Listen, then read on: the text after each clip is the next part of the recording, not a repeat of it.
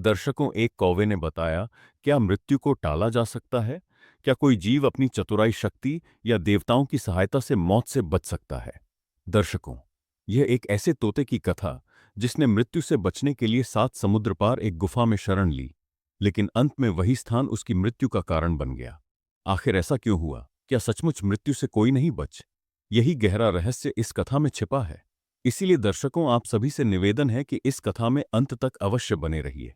संध्या का समय था। जंगल के किनारे एक विशाल बरगद का पेड़ खड़ा था। उसी पेड़ की ऊंची डाल पर एक कौवा और उसकी पत्नी कौवी रहते थे। दिन भर भोजन की तलाश में भटकने के बाद दोनों वहीं लौटकर आराम करते थे। कौवी कुछ देर से अपने पति को गहरी सोच में डूबा हुआ देख रही थी। अंततः उसने चुप्पी तोड़ी और बोली, स्वामी, मैं कई दिनों से एक बात सोच रही हूं, पर समझ नहीं पा रही हूं। इस संसार में हर प्राणी जीना चाहता है, कोई मरना नहीं चाहता। फिर भी मृत्यु सबको आकर पकड़ ही लेती है। क्या मृत्यु को टाला नहीं जा सकता? क्या कोई ऐसा उपाय नहीं कि जीव हमेशा जीवित रहे? कौवे ने अपनी पत्नी की ओर देखा और हल्की मुस्कान के साथ बोला, तुमने बहुत गहरा प्रश्न पूछा है। यह प्रश्न केवल तुम्हारे मन में ही नहीं बल्कि इस संसार के हर जीव के मन में उठता है। परंतु सच्चाई यह है कि मृत्यु अटल है। जिसे आना है वह आकर ही रहती है। इसे कोई भी टाल नहीं सकता। कौवी को यह उत्तर संतोषजनक नहीं लगा। उसने फिर पूछा, लेकिन यदि कोई बहुत शक्तिशाली हो, देवताओं की सहायता ले ले, तब भी क्या मृत्यु से बच नहीं सकता? कौवा कुछ क्षण चुप रहा, जैसे किसी पुरानी घटना को याद कर रहा हो। फिर उसने कहा, तुम्हारे प्रश्न का उत्तर एक कथा में छिपा हुआ है। यह कथा मैंने बहुत पहले सुनी थी। इसे सुनकर तुम्हें समझ आ जाएगा कि मृत्यु से कोई भी नहीं बच सकता। इतना कहकर कौवे ने अपनी कथा आरंभ की। बहुत समय पहले की बात है। स्वर्गलोक में एक दिन यमराज अपने कार्य से कहीं जा रहे थे। उनके साथ उनके दूत भी थे। यमराज का स्वभाव गंभीर था, पर कभी-कभी वे किसी विचित्र बात पर मुस्कुरा भी देते थे। उसी दिन जब वे आकाश मार्ग से गुजर रहे थे, तब उनकी दृष्टि नीचे पृथ्वी पर एक हरे भरे जंगल में बैठे एक सुंदर तोते पर पड़ी। वह तोता बहुत ही चंचल और प्रसन्न था। वह एक पेड़ की डाल पर बैठकर मीठी आवाज में बोल रहा था। यमराज ने जैसे ही उस तोते को देखा, उनके चेहरे पर अचानक एक मुस्कान आ गई। उन्होंने कुछ सोचा और हल्के से हंस पड़े। यह दृश्य उस तोते ने भी देख लिया। तोता बहुत बुद्धिमान था, परंतु उसी के साथ वह थोड़ा डरपोक भी था। जैसे ही उसने यमराज को अपनी ओर देखकर हंसते हुए देखा, उसका दिल घबराने लगा। उसने मन ही मन सोचा, हे भगवान, यमराज मुझे देखकर क्यों हंसे? कहीं ऐसा तो नहीं कि मेरी मृत्यु निकट आ गई है? शायद यमराज को पहले से ही पता है कि मैं जल्द ही मरने वाला हूं, इसलिए वे मुझे देखकर हंस रहे थे। यह विचार आते ही तोता बहुत घबरा गया। उसका मन भय से भर गया। वह बार बार यही सोचने लगा कि अब उसका अंत निकट है। कुछ ही क्षणों में उसकी सारी खुशी समाप्त हो गई। वह बेचैन होकर इधर उधर उड़ने लगा। तभी उसे अपने एक महान मित्र की याद आई, गरुड़ देव की। गरुड़ देव भगवान विष्णु के वाहन थे और बहुत शक्तिशाली थे। तोते ने सोचा, यदि इस संसार में कोई मुझे मृत्यु से बचा सकता है तो वह केवल गरुड़ देव ही हैं। वे भगवान विष्णु के प्रिय हैं। यदि वे चाहे तो मेरी रक्षा कर सकते हैं। यह सोचकर वह तुरंत उड़ता हुआ गरुड़ देव के पास पहुंचा। उस समय गरुड़ देव विश्राम कर रहे थे। जैसे ही उन्होंने अपने छोटे मित्र को इतना घबराया हुआ देखा, उन्होंने प्रेम से पूछा, मित्र, तुम इतने व्याकुल क्यों हो? क्या हुआ? तोते ने कांपती आवाज में सारी बात बता दी। उसने कहा, गरुड़ देव, आज मैंने यमराज को मुझे देखकर हंसते हुए देखा। मुझे पूरा विश्वास है कि मेरी मृत्यु निकट है। मैं बहुत डर गया हूं। कृपया मेरी रक्षा कीजिए, मुझे मृत्यु से बचा लीजिए। गरुड़ देव ने उसकी बात ध्यान से सुनी। फिर मुस्कुराते हुए बोले, डरने की कोई बात नहीं है मित्र। जब तक मैं हूं तुम्हें कोई नुकसान नहीं पहुंचा सकता। लेकिन तोते का डर कम नहीं हुआ। वह बोला, आप बहुत शक्तिशाली हैं। आप भगवान विष्णु के वाहन हैं। कृपया भगवान विष्णु से कहकर मेरी मृत्यु को रोक दीजिए। गरुड़ देव ने हंसते हुए कहा, इतनी छोटी सी बात के लिए भगवान विष्णु को कष्ट देना उचित नहीं होगा। मैं स्वयं ही तुम्हारी सहायता कर सकता हूं। तोता उत्सुकता से उनकी ओर देखने लगा। गरुड़ देव ने कहा, मैं तुम्हें इस जंगल से बहुत दूर 7 समुद्र पार एक गुफा में छोड़ दूंगा। वहां कोई तुम्हें ढूंढ भी नहीं पाएगा। जब यमराज तुम्हें यहां खोजने आएंगे तो तुम वहां सुरक्षित रहोगे। तोते को यह उपाय बहुत अच्छा लगा। उसे लगा कि अब उसकी जान बच जाएगी। उसने तुरंत कहा, यदि आप ऐसा कर देंगे तो मेरी जान बच जाएगी। मैं आपके इस उपकार को कभी नहीं भूलूंगा। गरुड़ देव ने तुरंत अपने विशाल पंख फैलाए और तोते को अपने साथ लेकर आकाश में उड़ चले। वे बहुत तेजी से उड़ते हुए दूर दूर तक निकल गए। पहाड़, नदियां, जंगल और समुद्र सब पीछे छूटते गए। आखिरकार वे 7 समुद्र पार एक निर्जन स्थान पर पहुंचे। वहां एक गहरी और अंधेरी गुफा थी, जहां कोई भी जीव आसानी से नहीं पहुंच सकता था। गरुड़ देव ने तोते को वहां उतारते हुए कहा, मित्र, अब तुम यहां सुरक्षित हो। जब तक तुम इस गुफा में रहोगे तुम्हें कोई खतरा नहीं होगा। तोते को बहुत राहत मिली। उसने सोचा कि अब वह मृत्यु से बच गया है। वह गुफा के अंदर जाकर उसे लग रहा था कि उसकी चतुराई और गरुड़ देव की शक्ति के कारण अब यमराज भी उसका कुछ नहीं बिगाड़ सकते। लेकिन उसे यह नहीं पता था कि इस संसार में जो लिखा हुआ होता है वह होकर ही रहता है। कौवे ने अपनी पत्नी की आंखों में जिज्ञासा देखकर कथा को आगे बढ़ाया।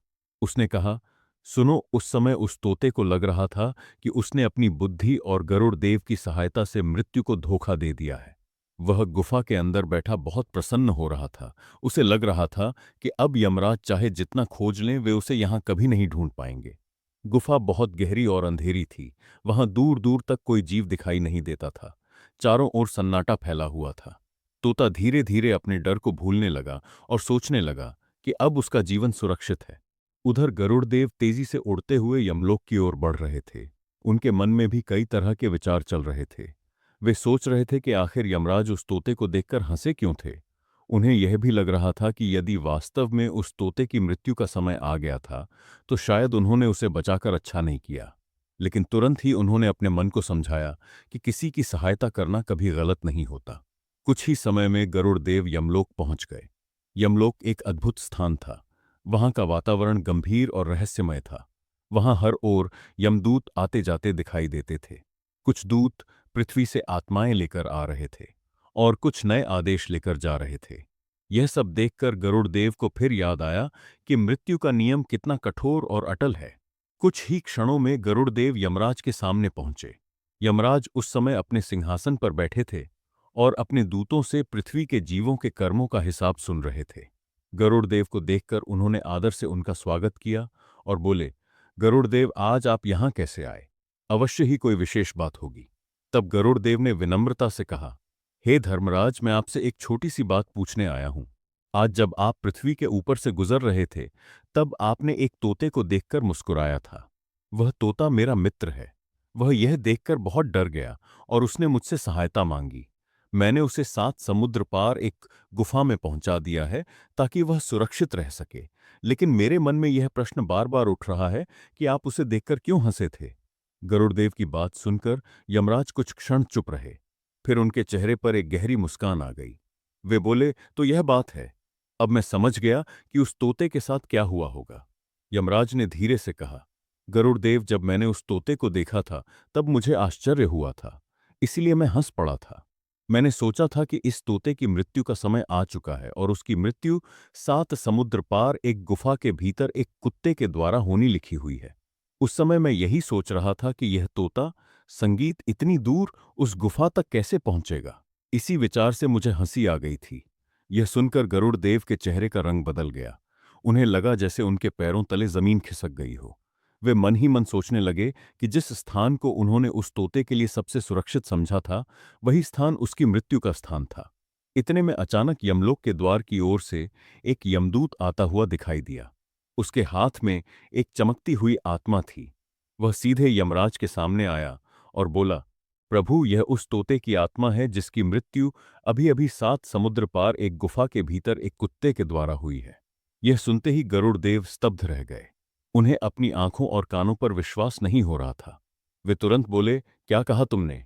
7 समुद्र पार एक गुफा में यमदूत ने सिर झुकाकर कहा, हाँ प्रभु, ठीक वही उसकी मृत्यु हुई है। यह सुनकर गरुड़ देव के मन में एक गहरा झटका लगा। वे धीरे से बोले, हे धर्मराज, उस तोते को तो मैं ही अपने पंखों पर बैठाकर 7 समुद्र पार उसी गुफा में छोड़कर आया था। गरुड़ देव की आवाज में आश्चर्य और दुख दोनों थे। उन्हें अब समझ आ गया था कि उन्होंने अनजाने में ही उस तोते को उसी स्थान पर पहुंचा दिया था जहां उसकी मृत्यु निश्चित थी। यमराज ने शांत स्वर में कहा, गरुड़ देव, यही संसार का नियम है। जब किसी जीव की मृत्यु निश्चित हो जाती है तब पूरा संसार मिलकर भी उसे टाल नहीं सकता। कभी कभी तो जीव स्वयं ही ऐसे कदम उठा लेता है जो उसे उसकी नियति की ओर और भी तेजी से ले जाते हैं। यह सुनकर गरुड़ देव गहरी सोच में डूब गए। उन्हें लगा कि आज उन्होंने एक बहुत बड़ा सत्य समझ लिया है इस संसार में कोई भी मृत्यु से बच नहीं सकता। जिस समय और जिस स्थान पर मृत्यु लिखी होती है वही होकर रहता है। चाहे देवता हो, मनुष्य हो या पक्षी, सबको एक दिन मृत्यु का सामना करना ही पड़ता है। तभी यमराज ने आगे कहा, इसीलिए बुद्धिमान वही है जो मृत्यु से डरकर भागने की बजाय अपने जीवन को अच्छे कर्मों से भर दे। क्योंकि मृत्यु से बचना संभव नहीं है, लेकिन अच्छे कर्म करके जीवन को सार्थक बनाना हर जीव के हाथ में है। बरगद के पेड़ की ऊंची डाल पर बैठी कौवी अपने पति की कथा बड़े ध्यान से सुन रही थी। जब कौवे ने गरुड़देव और यमराज की बात बताई तो कौवी कुछ देर तक चुप रही। उसके मन में अनेक विचार चलने लगे। उसने धीरे से अपने पति से कहा, स्वामी, यह कथा सुनकर मेरे मन में एक अजीब सा भाव उत्पन्न हो रहा है। वह तोता तो अपनी जान बचाने के लिए भागा था, लेकिन उसी प्रयास में वह अपनी मृत्यु के स्थान तक पहुंच गया। क्या सच में इस संसार में कोई भी मृत्यु से बच नहीं सकता? कौवे ने गंभीर स्वर में उत्तर दिया, हाँ, यही इस संसार का नियम है। जन्म लेने वाला हर जीव एक दिन अवश्य मरता है। यह प्रकृति का अटल सत्य है। कोई भी शक्ति इसे बदल नहीं सकती। उस तोते ने भी यही सोचा था कि वह मृत्यु से बच सकता है, लेकिन उसकी नियति उसे वहीं ले गई जहां उसकी मृत्यु निश्चित थी। कौवी ने फिर पूछा, लेकिन स्वामी, यदि कोई बहुत शक्तिशाली हो, देवताओं की कृपा उस पर हो, तब भी क्या मृत्यु को टाला नहीं जा सकता? कौवा हल्की मुस्कान के साथ बोला, देवता भी इस नियम को नहीं बदलते। वे भी उसी व्यवस्था के अनुसार काम करते हैं जो सृष्टि के आरंभ से निर्धारित है। यमराज किसी से शत्रुता नहीं रखते। वे केवल वही करते हैं जो समय और कर्म के अनुसार तय होता है। फिर कौवे ने कथा को आगे बढ़ाते हुए कहा, जब गरुड़ देव को यह बात समझ में आई कि उन्होंने अनजाने में ही उस तोते को उसकी मृत्यु के स्थान तक पहुंचा दिया, तब वे बहुत देर तक मौन खड़े रहे।